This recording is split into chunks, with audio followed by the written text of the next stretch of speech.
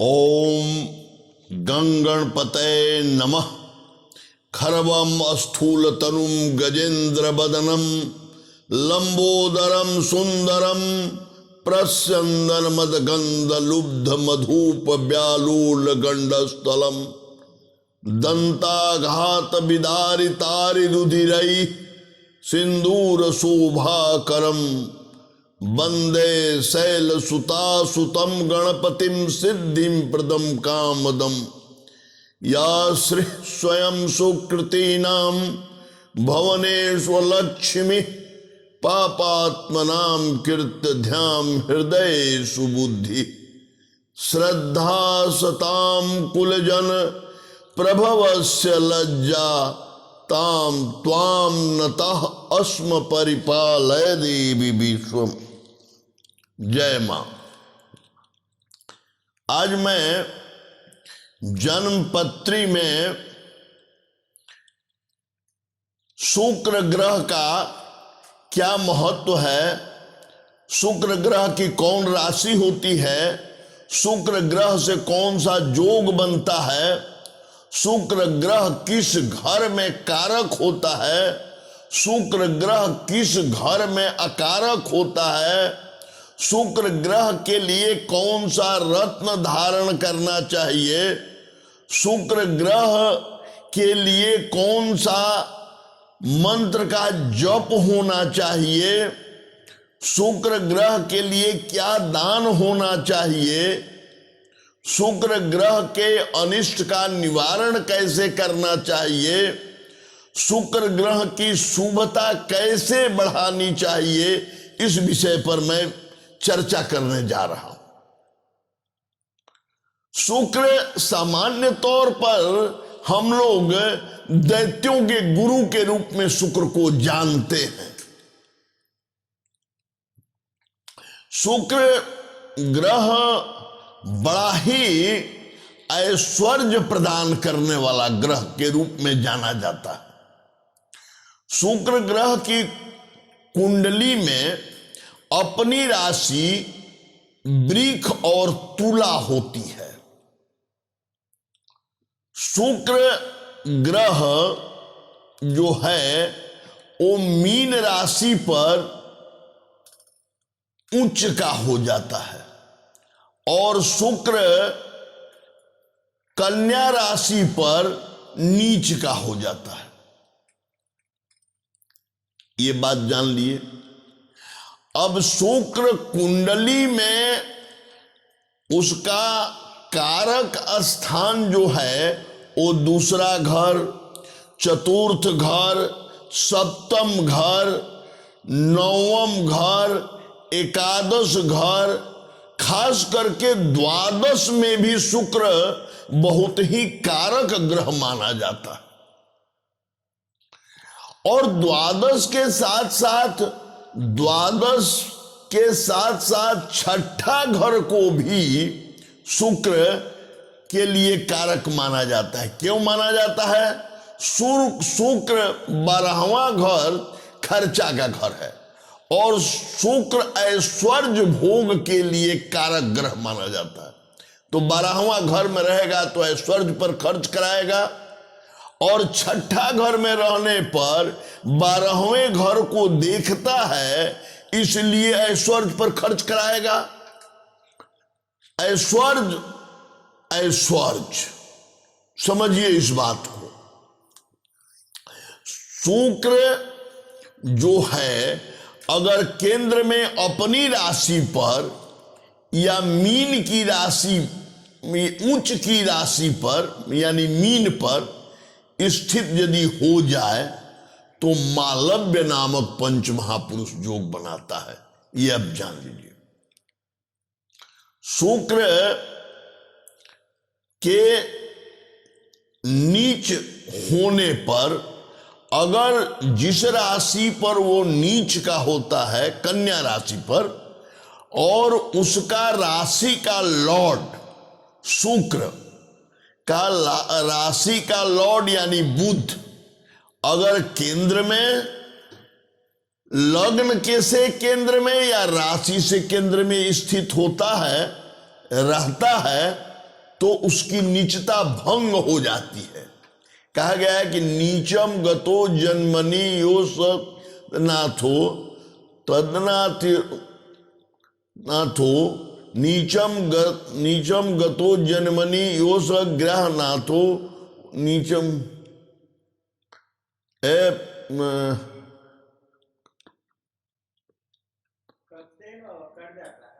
हाँ कट जा रहा है।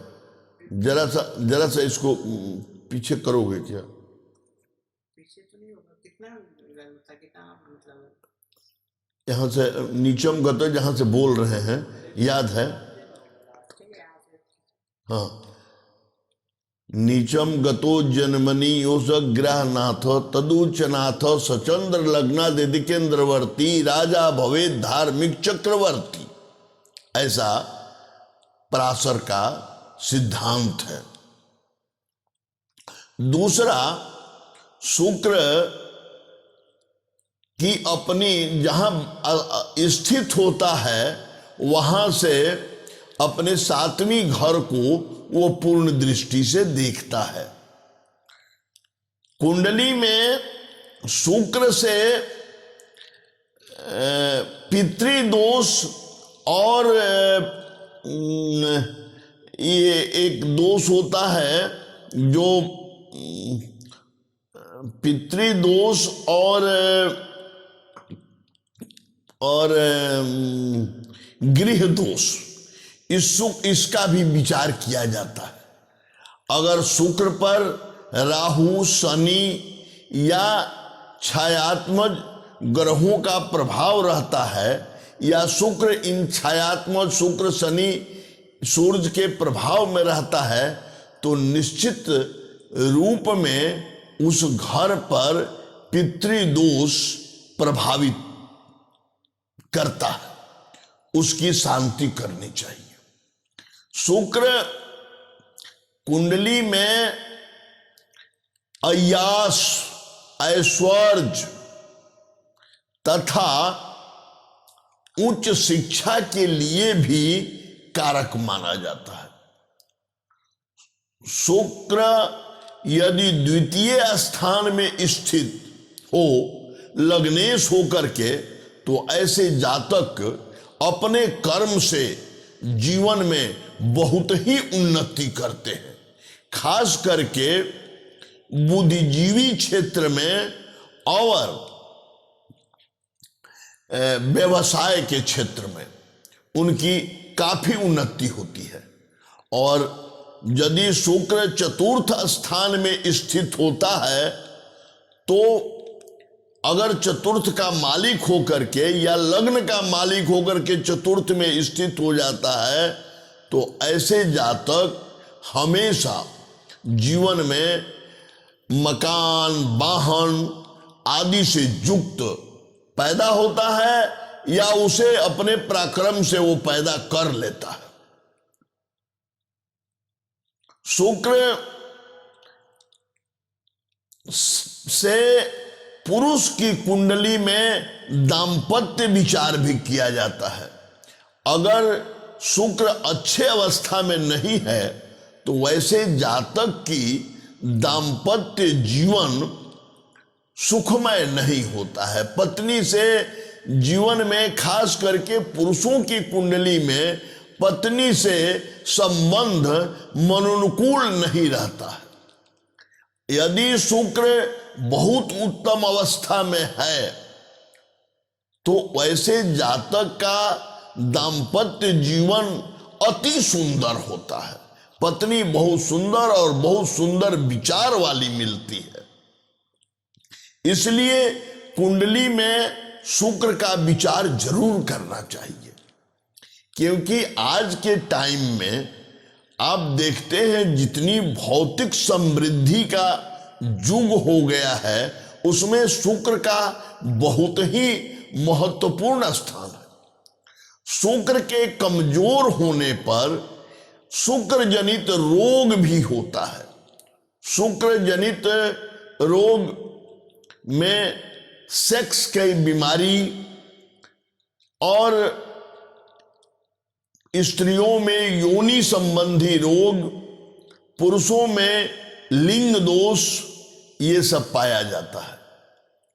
इसलिए कुंडली में योग्य ज्योतिषी से शुक्र की निरीक्षण करानी चाहिए और उसके हिसाब से अगर शुक्र आपके जन्म कुंडली में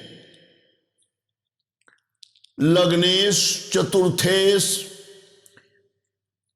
सप्तमेश, दशमेश हो करके इन्हीं चारों घर में स्थित है या त्रिकोण में स्थित है, पंचम स्थान में या नवम में है, या पंचमेश नवमेश हो करके और केंद्र में स्थित है 1, 4, 7, 10 में, तो आपको शुक्र की मजबूत करना है जिससे आपके जीवन में आशातीत उन्नति प्राप्त हो।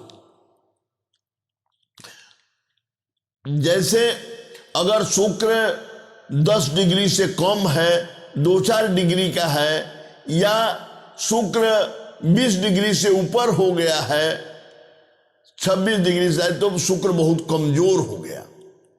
इसलिए वैसी अवस्था में शुक्र को मजबूत करने के लिए हीरा अवश्य धारण करना चाहिए। निश्चित तौर पर हीरा से बहुत लाभ मिलेगा। हीरा शुक्र के हीरा ही एक ऐसा पत्थर है जो शुक्र के दोष को, अगर कोई बहुत ज्यादा कामी व्यक्ति है तो उसको कंट्रोल करता है, और जिसकी किसी के अंदर काम वासना नहीं है तो उसको वो डेवलप करता है। शुक्र ऑटोमेटिक काम करता है।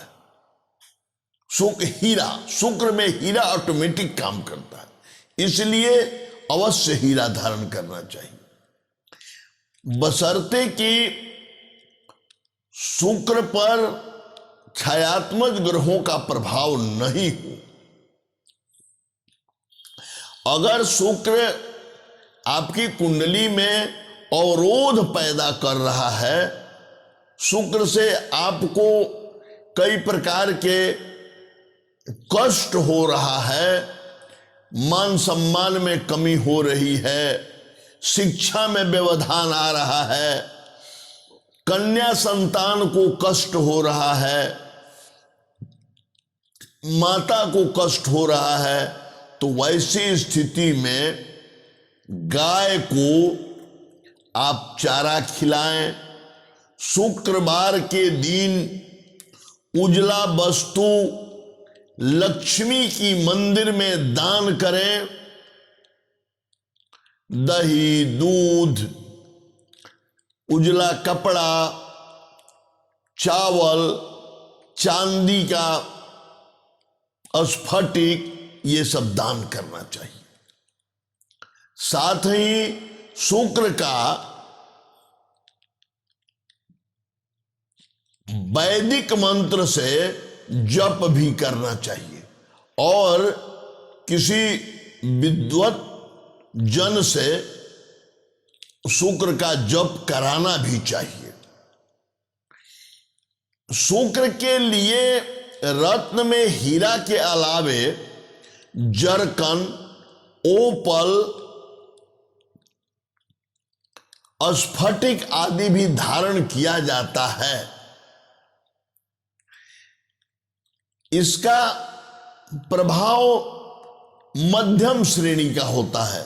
हीरा का प्रभाव बहुत ही उत्तम होता है, लेकिन अभाववश जब हीरा नहीं पहन सकते हैं तो वैसी स्थिति में इन उपरत्नों का सहारा लेना चाहिए। खास करके मैं आपको इन रत्नों के खरीदने में बहुत सावधानी बरतनी है। आजकल शीशा का बना देता है लोग, बहुत नकली रत्न आ गया है, इसलिए इसको किसी ऑथेंटिक दुकान से खरीदनी चाहिए और हो सके तो अपने ज्योतिषाचार्य से दिखा करके उसको सही साबित भी करा लेना चाहिए। दूसरा, मंत्र जप में लोग जनरली मंत्र जप जो है वो ओम शुक्राय नमः कह के कर देता है, लेकिन उस मंत्र का फल बहुत नहीं होता है। आपको मैं बता रहा हूं कि शुक्र का वैदिक मंत्र से जप करना चाहिए, और उस मंत्र को आपकी सुविधा के लिए मैं बता दे रहा हूं।